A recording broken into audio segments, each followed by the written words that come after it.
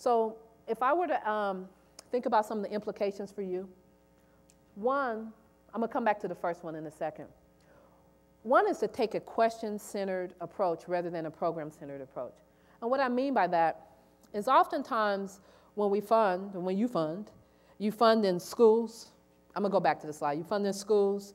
You might fund in home, work in the home and work in the after school, and work in the community. And I've been a person who's received funding across all of these. And so I'm doing this. So I'm like, okay, where is my money coming from? And how am I actually articulating what I'm doing for that particular fund? But in reality, in spaces, even when you have organizations working with the same kid, they're only seeing a part of the kid, and the pieces of the puzzles aren't necessarily come together. But if you take a question-centered approach, so the one like, well, where can kids in Chicago learn, go, connect with each other, and learn what they need to learn from the future, is not based on any one of these places. What you end up doing is actually bringing it all together. And so your solutions end up encompassing all of these, but you're also bringing people together who are funded in all these different areas together.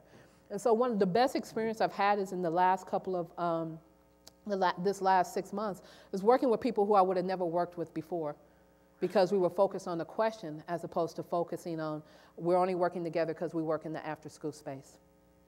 Second, in new areas, fund early, often, and for shorter durations. So I'm just take the social network space. Everyone's trying to figure out what's the role of social networks in learning. And so I would love it if you gave me a 4-year grant to figure that out. But you know what? You can make a lot of progress by giving out short 6-month grants, 1 month, I won't say 1 month, but like 6-month grants to a lot of different people for a shorter amount of money and say, come back, tell me what you have. And from this group, I'm gonna now give a 1-year grant, or I'm gonna give a 2-year grant. You'll make much more progress, and you'll have a richer set of ideas with which to build on.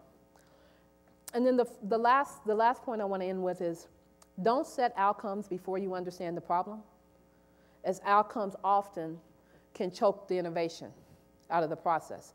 And so I want to use the example of our work again. We were initially funded to be an after-school program. Now, if you ask us what we do now, we're after school as a component, we're in the online space, we're in the home space, we're in the school space, we're doing all this together. If our outcomes were only about expected outcomes from the after-school space, we would have never felt the freedom to venture into other areas. But because we were allowed to constantly revise the question, we had to have outcomes, but the outcomes were able to change as we understood more about the space. We ended up I think in a much more holistic, ecological solution than if we had been forced to stay to a set of outcomes that are connected to a problem.